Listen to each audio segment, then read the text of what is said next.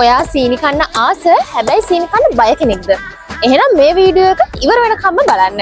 ඔයාලට මම මේ කියන්න හදන්නේ සීනි කන්න ආස සීනි කන්න බය ඔයා වෙනුවෙන් අපි ගෙනත් තියෙන ප්‍රොඩක්ට් එක මොකද්ද කියලා. ඔයා දියවැඩියාව තියෙන කෙනෙක් නම් එහෙම නැත්නම් දියවැඩියාව හැදිලා දැන් පාලනය කරගෙන යන කෙනෙක් නම් ඔයාට ගන්න පුළුවන් මෙන්න මේ ප්‍රොඩක්ට් දෙක. මధుමේහරණී පෙති දියවැඩියා සුවයයි. මధుමේහරණී පෙති එක තියෙන ටැබ්ලට් එකක් විදිහට, يعني පෙත්තක් විදිහට ඔයාලට පාවිච්චි කරන්න පුළුවන්. ඒ පාවිච්චි කරන්න ඕන විදිය ගහලා තියෙනවා. ඔයා ගොඩක් බිසි කෙනෙක් නම් එහෙම නැත්නම් ටැබ්ලට් බොන්න අකමැති කෙනෙක් නම් ඔයාට විනාඩි 5න් වගේ හදා ගන්න පුළුවන් ටී එකක් තියෙනවා.